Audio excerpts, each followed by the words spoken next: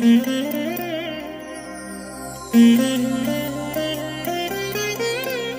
దినం పరము నుండి దిగివచ్చు మాట. ఇది నీ జీవితానికి వెలుగుల బాట. నీ ఒడిలో ఉంచబడిన దీవెనల మూట, అద్భుతాల ఆనంద ఊట.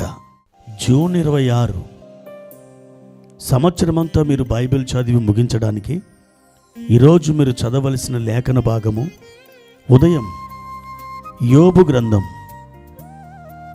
5, 6 మరియు 7 అధ్యాయములు.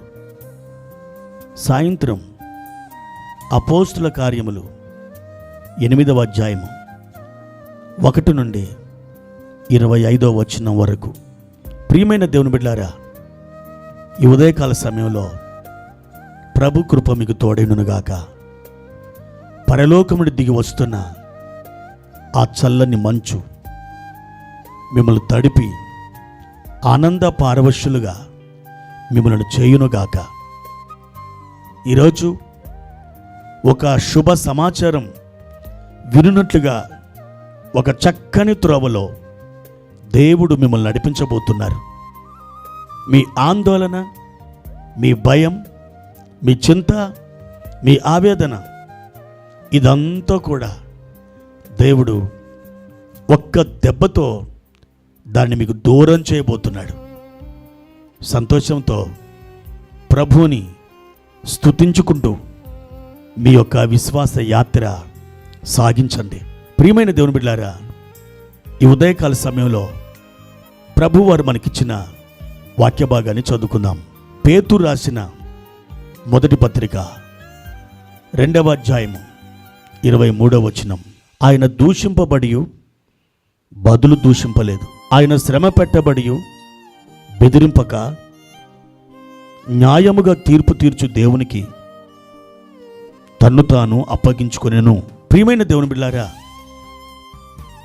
యేసు ప్రభు యొక్క వ్యక్తిత్వము, ఆయన యొక్క స్వభావం, ఆయన యొక్క లక్షణము ఇది ఈ వాక్య భాగంలో కనిపిస్తుంది. ఈ లోకంలో ఆయన పొందిన అవమానం, ఆయన పొందిన అన్యాయపు తీర్పు, ఆయన పొందిన నింద మరెవరూ పొందలేదు అని చెప్పడంలో అతిశయోక్తి లేదు. భయంకరమైన అవమానం, భయంకరమైన శిలువ మరణం, భయంకరమైనటువంటి ఆ గాయాలు ప్రభువారు మన కోసం అనుభవించారు. ఆయన యొక్క అడుగుజాడలు మన మధ్యలోనే ఉన్నాయి. ఆయన వెళుతూ వెళుతూ మనతో ఇలా చెప్పాడు, నన్ను వెంబడించుడి. ఎలా వెంబడించాలి? మన మధ్యలో ఉంచబడిన ఆయన అడుగు జాడలలో మనం కూడా అడుగులు వేస్తూ మనం వెంబడించాలట. ప్రియమైన దేవుని బిడ్డలారా, జర్మనీ దేశంలో 14వ శతాబ్దంలో జీవించిన ఒక క్రైస్తవ మతాచార్యుడున్నాడు. ఆయన బహుదీనుడు, ప్రార్థనాపరుడు. తన జీవితం ద్వారా యేసు ప్రభుని ఈ లోకానికి చూపించినటువంటి వాడు. అతని పేరు సూసో. ఈ దైవజనుడు ఒకరోజు తన ఆశ్రమంలో ఉన్నప్పుడు ఒకానొక స్త్రీ కొంతమందిని వెంట పెట్టుకొని అతడి దగ్గరికి వచ్చి అతడు ఉన్నటువంటి ఇంటి తలుపు కొట్టింది. వెంటనే ఈ దైవజనుడు బయటకు చూశాడు. ఆమె చేతిలో ఒక పసిబిడ్డ ఉంది. చుట్టూ కరడుగట్టిన క్రూరులైనటువంటి మనుషులున్నారు. ఎందుకు వచ్చారు? నా సహాయం మీకేమైనా కావాలని అడిగాడు. అప్పుడు ఆ స్త్రీ అందే, ఇదిగో నా చేతిలో ఉన్నటువంటి బిడ్డకి తండ్రివి నీవే. నీ వల్లనే, నీ పాపము ద్వారానే ఈమె జన్మించింది. ఇదిగో ఈ బిడ్డని నీ చేతిలో ఉంచుతున్నాం అని చెప్పి ఆయన చేతిలో పెట్టి వెంటనే తిరిగి వారును ఆమె వెళ్ళిపోయారు. ఈ సూసో మౌనంగా ఉండిపోయాడు. ఏ సంజాయిషి ఇవ్వలేదు. అయితే ఈ సేవకుడు ఆ పసిబిడ్డని అనేక సంవత్సరాలు తన ఆశ్రమంలో ఉంచి పెంచి పెద్ద చేశాడు.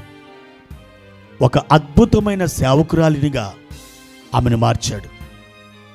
ఇది జరిగిన అనేక సంవత్సరాల తర్వాత ఒకరోజు నడివీధిలో ఏ స్త్రీ అయితే ఆయనను అవమానించిందో ఆవిడ అందరితో చెప్పింది, ఆ దైవజనునికి నాకు ఎటువంటి సంబంధం లేదు. ఆయన చాలా నీతిమంతుడు, దయాపరుడు, కనికరం గలవాడు. ఆయన నమ్ముకున్న దేవుడు ఎలాంటి వాడో ఆయన కూడా అలాంటి వాడే.